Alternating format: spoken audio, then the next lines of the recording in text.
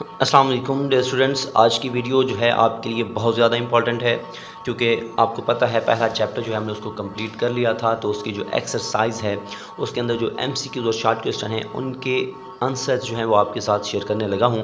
तो एक एक पॉइंट करके आप देखते चले जाएं और इनको समझते चले जाएं, याद करते चले जाएं। सबसे पहले आप देखें कि जो पहला एमसीक्यूज़ है उसमें ये कहा गया है कि विच of the following component is not found in all kinds of bacteria, कि जितने भी अक़साम के बैक्टीरिया हैं उनमें इनमें से कौन सी चीज़ ऐसी है जो सब के अंदर मौजूद नहीं होती, चंद एक में होती है। तो जहन में रखिएगा, जो राइबोसोम होते हैं सारे बैक्टीरिया के अंदर होते हैं, सेल मेम्ब्रेन भी सारे बैक्टीरिया के अंदर होती है, न्यूक्लियाइड भी सब बैक्टीरिया के अंदर होता है, लेकिन जो कैप्सूल है वो कुछ बैक्टीरिया के अंदर होता है और कुछ के अंदर नहीं होता। तो इसलिए इसका ठीक ऑप्शन जो है वो कौन सा होगा? डी ऑप्शन, जिसको हम कैप्सूल कहते हैं। इसी तरह अगर बात की जाए, बैक्टीरियल क्रोमोसोम इज़ टिपिकली, मतलब कि जो बैक्टीरिया के क्रोमोसोम हैं वो कैसे होते हैं, तो जहन में रखेंगे बैक्टीरिया के जो क्रोमोसोम हैं वो सर्कुलर और डबल स्टैंडर्ड डीएनए, मतलब डीएनए डबल स्टैंडर्ड होता है और सर्कल नुमा होता है, इसलिए कहते हैं कि सर्कुलर और डबल स्टैंडर्ड डीएनए होगा। इसका राइट ऑप्शन सी ऑप्शन है। इसी तरह इन बैक्टीरियल सेल्स, बैक्टीरियल के सेल्स के अंदर रेस्पिरेशन कहाँ पर होती है? तो हमारे सेल में यूकैरियोटिक सेल के अंदर जो आपके पास रेस्पिरेशन है वो होती है माइटोकॉन्ड्रिया के अंदर, लेकिन बैक्टीरिया प्रोकैरियोटिक सेल है उसके अंदर माइटोकॉन्ड्रिया होता नहीं है, इसलिए जो रेस्पिरेशन के एंजाइम हैं वो कहाँ पर होते हैं? सेल मेम्ब्रेन के अंदर, इसलिए इनके पास रेस्पिरेशन का प्रोसेस किस में होगा? सेल मेम्ब्रेन में। इसी तरह अगर नेक्स्ट देखें which group of bacteria is known as a good source of antibiotics. जहन में रखेंगे कि जो एक्टिनोमाइसीड्स हैं, जो एक्टिनोमाइसीड्स हैं उनमें से स्ट्रिप्टोमाइसिन, रिथ्रोमाइसिन, ये जो एंटीबायोटिक्स हैं वो बनती हैं, इसलिए हम कह सकते हैं कि जो आपके पास एक्टिनोमाइसीड्स है वो गुड सोर्स है किस चीज़ का? एंटीबायोटिक्स का। इसी तरह बात की जाए what is the primary function of flagella in bacterial sales, तो जहन में रखेंगे फ्लैजेला जो है वो किस चीज़ में हेल्प करता है? मोटेलिटी के अंदर हरकत करने में, मूवमेंट करने में। इसी तरह अगर हम बात करें कि हमारे पास जो नेक्स्ट एमसीक्यूज़ है, which type of mortality in the bacteria is mediated by पिलाई। तो आपको पता होना चाहिए, मैं टॉपिक पढ़ा चुका हूँ पीछे, कि आपके पास जो बैक्टीरिया होता है, ये फॉर एग्ज़ाम्पल एक बैक्टीरिया है, यहाँ पर होता है एक बहुत बड़ा फ्लैजेला और इसके ऊपर छोटी छोटी साख्तें होती हैं, इनको हम पिलाई बोलते हैं। अब ये जो आपके पास पिलाई हैं, ये पिलाई किस तरह की मूवमेंट करवाते हैं तो ये बताना है। तो जहन में रखिएगा, पिलाई जो हैं वो ट्विचिंग मोटेलिटी करवाते हैं। ट्विचिंग मोटेलिटी का मतलब क्या है कि ये आपके पास जो पिलाई हैं वो सरफेस पर अटैच होंगे और ये ऐसे होगा, फिर ये आगे की तरफ मूव करके जाएगा। तो इस तरह की मूवमेंट ट्विचिंग मोटेलिटी कहलाती है। ये किस में पाई जाती है? बैक्टीरिया के अंदर। किस वजह से? पिलाई की वजह से। इसी तरह अगर नेक्स्ट देखा जाए, विच of the following bacterial structure is responsible for detecting and responding chemicals. तो जहन में रखिएगा, बैक्टीरिया के अंदर एक चीज़ पाई जाती है जिसको हम कहते हैं, ये वाला फ्लैजेला है, ये लिक्विड मीडियम के अंदर, फ्लूइड मीडियम के अंदर जब मूवमेंट कर रहा होता है तो इसी फ्लैजेला की मदद से मूवमेंट करता है। अब अगर इसके इर्द गिर्द कोई चीज़ आ जाए, कोई केमिकल आ जाए, तो उसको डिटेक्ट करना, जिसको आप कीमोटैक्सिस कहते हैं, वो कौन करवाता है? यही फ्लैजेला करवाता है। इसलिए इसका राइट ऑप्शन क्या होगा? फ्लैजेला।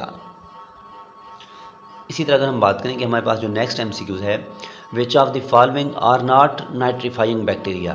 तो जहन में रखिएगा, ये जो आपके पास नाइट्रोमोनास, नाइट्रोबैक्टर, एजोटोबैक्टर, ये सारे के सारे बैक्टीरिया जो हैं वो नाइट्रीफाइंग बैक्टीरिया हैं, लेकिन ये जो सीडोमोनास है ये डीनाइट्रीफाइंग बैक्टीरिया है। और इस एमसीक्यूज़ में पूछा यही गया है कि इनमें से कौन सा बैक्टीरिया नाइट्रीफाइंग नहीं है, तो इसका जवाब होगा सीडोमोनास।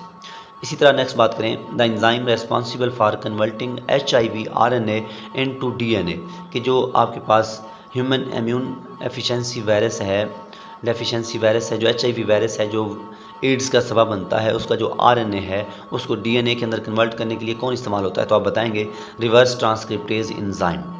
इसी तरह नेक्स्ट है आपके पास द HIV कैप्सिड कंटेन।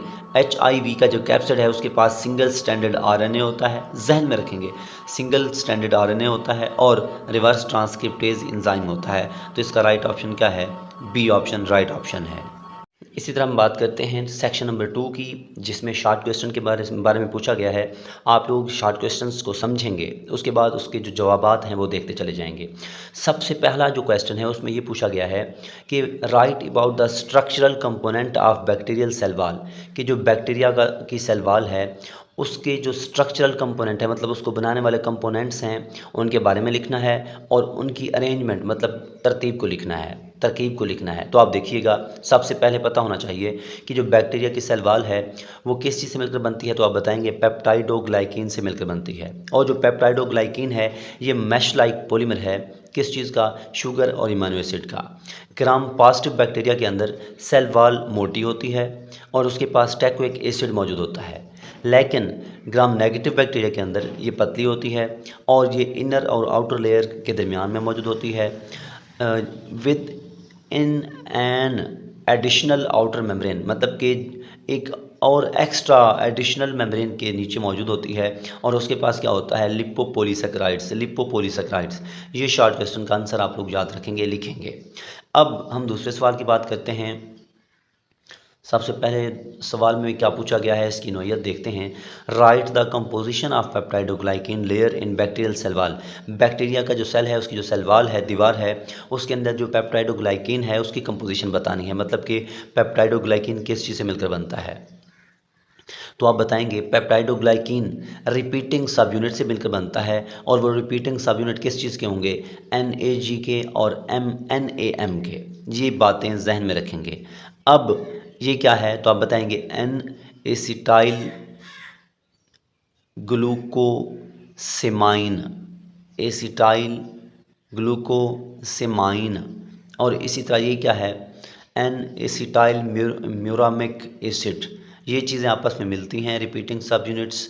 और ये जो इनके रिपीटिंग सब यूनिट्स होते हैं वो क्रॉस लिंक्ड, आपस में क्रॉस लिंक्ड बनाते हैं, किस चीज़ की मदद से, by short peptide chain, short peptide chain की मदद से, to provide strength and rigidity, जिसकी वजह से सेल वॉल को स्ट्रेंथ भी मिलती है और रिजिडिटी भी मिलती है। ये चीज़ें आपस में मिलकर किस चीज़ को बना रही होती हैं, पेप्टाइडोग्लाइकिन लेयर के अंदर को बना रही होती हैं, और वो किस में मौजूद होती है, सेल वॉल ऑफ बैक्टीरिया के अंदर। इसी तरह नेक्स्ट सवाल की बात की जाए, व्हाट आर मीजोजोम्स। इसको आप मीजोजोम भी कह सकते हैं, मीजोसोम भी कह सकते हैं, और उनका फंक्शन बताना है। अब सबसे पहले पता होना चाहिए कि जो बैक्टीरियल सेल की प्लाज्मा मेम्ब्रेन है वो अंदर की तरफ इन्वेजिनेट होकर जो है वो किसको बना देती है, मीजोजोम को। और इनको कहाँ देखा जाता है, बैक्टीरियल सेल के अंदर। फंक्शन देखें तो involve in cell wall formation, के सेल डिवीजन के दौरान सेल वॉल को बनाती है, DNA रेप्लिकेशन के अंदर हेल्प करती है, and may aid in respiration and enzyme secretion, के रेस्पिरेशन और इंजाइम सेक्रेशन के अंदर भी हेल्प करती है। ये क्या चीज़ है, मीजोजोम और उसका फंक्शन। इसी तरह नेक्स्ट सवाल देखते हैं कि how can plasmid be used in genetic engineering. तो सबसे पहले पता होना चाहिए कि प्लाज्मिड होता क्या है। तो बैक्टीरियल सेल के अंदर स्मॉल सर्कुलर और एक्स्ट्रा क्रोमोसोमल DNA मॉलिक्यूल्स होते हैं जो कि इंडिपेंडेंटली आज़ादाना तरीके से रेप्लिकेट कर सकते हैं, उसको हम कहते हैं प्लाज्मिड। अब जेनेटिक इंजीनियरिंग के अंदर ये जो प्लाज्मिड है वो वेक्टर के तौर पर इस्तेमाल होता है। फॉर एग्जांपल एक सेल है, जहाँ से कोई दूसरा सेल है, वहाँ से जेनेटिक मटेरियल एक से दूसरे में ले जाने के लिए जो वेक्टर के तौर पर इस्तेमाल होगा, जो कैरी के तौर पर इस्तेमाल होगा, उसी को हम क्या बोलते हैं, प्लाज्मिड का नाम देते हैं। Enabling the production of protein, और ये इसका भी बनाता है कि प्रोडक्शन की जाए, बनाया जाए किस चीज़ को, प्रोटीन्स को, जैसे कि इंसुलिन और ग्रोथ हार्मोन वगैरह। अब उसके बाद देखते हैं डिफाइन स्पोरुलेशन। अब स्पोरुलेशन का क्या मतलब है। Sporulation is the process, sporulation जो है ये एक प्रोसेस है जिसकी मदद से कुछ बैक्टीरिया के अंदर अनफेवरेबल कंडीशन में एंडोस्पोर फार्मेशन होती है, एंडोस्पोर बनते हैं जो कि हाईली रेजिस्टेंट डॉर्मेंट होते हैं, स्ट्रक्चर्स हैं। मतलब कि अगर बैक्टीरिया का जो बैक्टीरियल सेल है उसके इर्द गिर्द माहौल ख़राब हो जाए, एक्सट्रीम कंडीशन हो जाए, तब बैक्टीरिया मरना शुरू हो जाते हैं। अब बैक्टीरिया अपनी नस्ल को मेंटेन करने के लिए फिर क्या करते हैं, अपनी बॉडी के अंदर स्पोर बनाते हैं। वो स्पोर फिर सर्वाइव कर जाते हैं इस बुरे माहौल के अंदर। इन स्पोर के बनने के अमल को हम क्या बोलते हैं, स्पोरुलेशन का नाम देते हैं। इसी तरह नेक्स्ट बात की जाए, what is the function of bacterial capsule. अब आपको पता होना चाहिए गिलेटिनस आउटर कवरिंग, मतलब चिपकने वाली आउटर कवरिंग होती है बैक्टीरियल सेल के अंदर, जो कि पॉलीसेक्राइड से मिलकर बनती है। ये क्या करती है, बैक्टीरिया को प्रोटेक्शन देती है फैगोसाइटोसिस से, इसी तरह डेजिकेशन से, खुश्की से बचाती है। इसी तरह आपके पास कोई भी टिश्यू है या कोई भी सरफेस है जिस पर बैक्टीरिया जाकर अटैच होगा, तो अटैचमेंट में भी कौन हेल्प करता है, यही कैप्सूल। इसी तरह नेक्स्ट क्वेश्चन देखें कि what is the role of pili in bacterial cells, how they are different from flagella. अब पिलाई क्या होते हैं, बैक्टीरियल सेल के अंदर इनका फंक्शन क्या है ये बताना है। तो पिलाई जो है हेयर लाइक स्ट्रक्चर्स हैं, प्रोजेक्शंस हैं, उभार होते हैं, जो कि अटैचमेंट में हेल्प करते हैं किस चीज़ के साथ, सरफेस के साथ, और कॉन्जुगेशन में हेल्प करते हैं। कॉन्जुगेशन का क्या मतलब है, एक बैक्टीरिया दूसरे के पास जाएगा, एक का जेनेटिक मटेरियल दूसरे के पास अगर एक्सचेंज होगा तो उसको हम कहेंगे ट्रांसफ़र ऑफ जेनेटिक मटेरियल, इसको हम कॉन्जुगेशन कहते हैं। इसके अंदर क्या चीज़ इन्वॉल्व होती है, पिलाई। इसी तरह देखा जाए अनलाइक फ्लैजेला के बरअक्स which are used motility, flagella motility के अंदर हेल्प करता है, ये मोटेलिटी के अंदर हेल्प नहीं करते। पिलाई शाल्टर होते हैं, थिनर होते हैं, फ्लैजेला की निस्बत पतले होते हैं, छोटे होते हैं, और इन्वॉल्व होते हैं एडिशन में, मतलब इस तरह आपस में जोड़ने के लिए हेल्प करते हैं, और डीएनए को एक्सचेंज करने में हेल्प करते हैं, मूवमेंट में हेल्प नहीं करते। इसी तरह 8वां सवाल देखें, प्लाज्मिड क्या होते हैं and how do they contribute to enabling bacteria to resistance unfavourable condition, कि प्लाज्मिड क्या होते हैं और अनफेवरेबल कंडीशन के अंदर बैक्टीरिया को किस तरह ताकत देते हैं कि वो रेजिस्टेंस पैदा करे किस चीज़ के खिलाफ, अनफेवरेबल कंडीशन के खिलाफ, और वहाँ पर ज़िंदगी गुजार सके। तो plasmid extra chromosomal DNA molecule हैं। दे ऑफन कैरी, ये एंटीबायोटिक रेजिस्टेंस जीन रखते हैं, इनके पास ऐसे जीन होते हैं जो एंटीबायोटिक्स के खिलाफ मुजाहमत पेश करते हैं। एलोइंग बैक्टीरिया, जो कि बैक्टीरिया को इजाज़त देंगे, इस काबिल बनाएंगे कि बैक्टीरिया जो है हॉस्टाइल इन्वायरमेंट के अंदर, जैसे कि जो एंटीबायोटिक्स बैक्टीरिया को नुकसान पहुंचाती हैं, हैवी मेटल बैक्टीरिया को नुकसान पहुंचाते हैं, टॉक्सिन्स बैक्टीरिया को नुकसान पहुंचाती हैं, तो उनके खिलाफ, क्योंकि ये जो आपके पास प्लाज्मिड है इसके पास रेजिस्टेंस जीन होते हैं, तो ये जीन बैक्टीरिया को ताकत देते हैं इन चीज़ों के खिलाफ, जिसकी वजह से बैक्टीरिया इन चीज़ों के खिलाफ मुजाहमत पेश करके ज़िंदगी गुजार सकता है, मरता नहीं है। अब इसी तरह देखा जाए, write about the role of endospore in bacterial survival. अब बैक्टीरियल सर्वाइवल के अंदर एंडोस्पोर का क्या किरदार है, तो बताएंगे एंडोस्पोर डॉर्मेंट होते हैं, ख्वाबीदा हालत में पाए जाते हैं, हाईली रेजिस्टेंट हैं, स्ट्रक्चर्स हैं, फॉर्म इनसाइड द, मतलब कि बैक्टीरिया के अंदर पाए जाते हैं, बनते हैं। दे अलाउ बैक्टीरिया, ये बैक्टीरिया को इजाज़त देते हैं, बैक्टीरिया को इस काबिल बनाते हैं कि बैक्टीरिया जो है वो विथस्टैंड कस्ट के, मुकाबला कस्ट के एक्सट्रीम कंडीशन का, जैसे कि हीट, रेडिएशन, केमिकल्स, ड्राइंग, और हेल्प कर सके लॉन्ग टर्म सर्वाइवल, क्योंकि बैक्टीरिया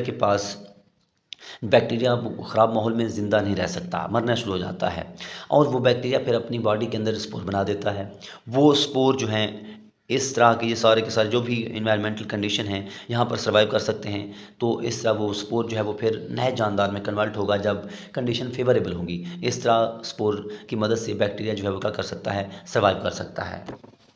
इसी तरह हमारे पास नेक्स्ट सवाल है कि what is the significance of lipopolysaccharides and lipoproteins gram negative bacteria के अंदर इनकी अहमियत बतानी है। तो जहन में रखेंगे कि ग्राम नेगेटिव बैक्टीरिया जो है उनके अंदर लिपोपोलीसेक्राइड्स LPS जिसको कहते हैं, form part of outer membrane, मतलब कि जो उसके पास नेगेटिव बैक्टीरिया के पास, ग्राम नेगेटिव बैक्टीरिया के पास आउटर एक्स्ट्रा मेम्ब्रेन होती है, तो उसके अंदर जो लिपोपोलीसेक्राइड्स है वो उसका पार्ट होता है, एंड एक्ट एज एंडोटॉक्सिन, और वो एंडोटॉक्सिन का काम करता है, और इस तरह वो ट्रिगरिंग करता है स्ट्रॉन्ग इम्यून रिस्पांस, मतलब कि इसकी वजह से इम्यून सिस्टम का जो रिस्पांस है वो स्ट्रॉन्ग हो जाता है। इसी तरह लिपोप्रोटीन्स क्या करती है, एंकर का क्या करती है, मजबूती के साथ पकड़ कर रखती है किस चीज़ को, आउटर मेम्ब्रेन को, किस चीज़ के साथ, to the peptidoglycan layer, and provide structurally stability, और इस तरह स्ट्रक्चरली स्टेबिलिटी मिलती है। इसी तरह अगर हम बात करें, हमारे पास है हाउ डू स्पैरोचीट्स अचीव मोटेलिटी, तो जहन में रखेंगे कि स्पैरोचीट्स जो हैं वो मूव करते हैं using axial filament. Axial filament का मतलब है एंडोफ्लैजेला, कि एंडोफ्लैजेला जो है, फ्लैजेला जो होते हैं मौजूद होते हैं कहाँ पर, आउटर मेम्ब्रेन और सेल वॉल के दरमियान, और इनको हम कहते हैं एंडोफ्लैजेला, जिसको हम एक्सियल फिलामेंट कहेंगे। इन्हीं की मदद से स्पैरोचीट जो है वो मूवमेंट करते हैं। ये जो फिलामेंट्स हैं वो रोटेट करते हैं, causing the whole cell to twist and move, मतलब कॉर्क स्क्रू मोशन, मतलब इस तरह जिस तरह मूवमेंट करते हैं ना हम, इस तरह मोटेलिटी शो करते हैं, रोटेट करवाते हैं फिलामेंट। और जब रोटेट करवाएंगे तो ये फिर हेल्प करेगा किस चीज़ को, बैक्टीरिया को, कि वो क्या करेगा, विस्कस मूवमेंट के अंदर इस तरह जो है वो मूवमेंट करके आगे की तरफ जाएगा। इसी तरह स्पायरोचिड मूवमेंट करता है। इसी तरह नेक्स्ट सवाल देखा जाए कि ट्विचिंग मोटेलिटी और ग्लाइडिंग मोटेलिटी का क्या मतलब है। ट्विचिंग मोटेलिटी कहते हैं झटके लगने की तरह, जर्की मूवमेंट कहते हैं सरफेसेस के ऊपर, जिसकी वजह से आप कह सकते हैं पिलाई को एक्सटेंड करेंगे, मूवमेंट करवाएंगे, एक्सट्रैक्ट करेंगे, अटैच करेंगे, पिलाई की मदद से सरफेस के ऊपर टच करके ऐसे मूवमेंट करेंगे। तो जर्किंग मोटेलिटी जो झटके की मदद से मोटेलिटी है उसको हम ट्विचिंग मोटेलिटी कहते हैं। अगर मूवमेंट या मोटेलिटी स्मूथ होगी, कंटिन्यूअस होगी, फ्लैजेला और पिलाई को इस्तेमाल किए बगैर, उसको हम क्या कहते हैं, ग्लाइडिंग मोटेलिटी कहते हैं। और इसमें जो है सिलाइन एक चिपकने वाला मटेरियल खारिज करते हैं सरफेस के ऊपर, फिर वो इस तरह स्पीड से ऐसे ग्लाइड करके आगे की तरफ जाता है। इसी तरह हमारे पास है how do bacteria without flagella achieve it's mortality. ऐसे बैक्टीरिया जिनके पास फ्लैजेला नहीं होता तो वो मोटेलिटी किस तरह शो करते हैं। तो जहन में रखेंगे, बैक्टीरिया विदाउट फ्लैजेला, ऐसे बैक्टीरिया जिनके पास फ्लैजेला नहीं होता, कैन मूव बाय ट्विचिंग, वो ट्विचिंग की मदद से बाय यूजिंग पिलाई को इस्तेमाल करते हुए मूवमेंट करते हैं, या सेक्रेशन को खारिज करके ग्लाइडिंग मूवमेंट शो करेंगे, या इंटरनल मैकेनिज़्म मतलब कि अंदरूनी फ्लैजेला की मदद से मूवमेंट करते हैं, जैसे कि स्पायरोचीट्स जिसके अंदर एक्सियल फिलामेंट होता है जिसको हम एंडोफ्लैजेला कहते हैं। तो इस तरह की मूवमेंट शो करते हैं जिनके पास फ्लैजेला नहीं होता। इसी तरह हमने और शॉर्ट क्वेश्चन, आखिरी शॉर्ट क्वेश्चन बताना है, स्विमिंग मोटेलिटी और स्वार्मिंग मोटेलिटी क्या है। मूवमेंट ऑफ इंडिविजुअल बैक्टीरिया, एक बैक्टीरिया की मूवमेंट लिक्विड मीडियम के अंदर किस चीज़ को इस्तेमाल करते हुए, फ्लैजेला को इस्तेमाल करते हुए, इसको हम कहते हैं स्विमिंग मोटेलिटी। इसी तरह स्वार्मिंग मोटेलिटी की बात की जाए, कोऑर्डिनेटेड मोटेलिटी मतलब कि ग्रुप ऑफ बैक्टीरिया होगा सॉलिड सरफेस के ऊपर, अगर वो मूवमेंट करेगा आपस में मिलकर, कोऑर्डिनेट होकर तसलसल के साथ, ऑफन फार्मिंग पैटर्न, वो क्या करता है, फार्मिंग पैटर्न बनाता है, और रिक्वायरिंग फ्लैजेला एंड सर्फेक्टेंट्स, इसके लिए फ्लैजेला और सर्फेक्टेंट्स की ज़रूरत पड़ती है। ये आपके पास एक्सरसाइज है जिसको हमने सॉल्व किया है। इंशाल्लाह नेक्स्ट वीडियो में मिलते हैं। अल्लाह हाफिज़।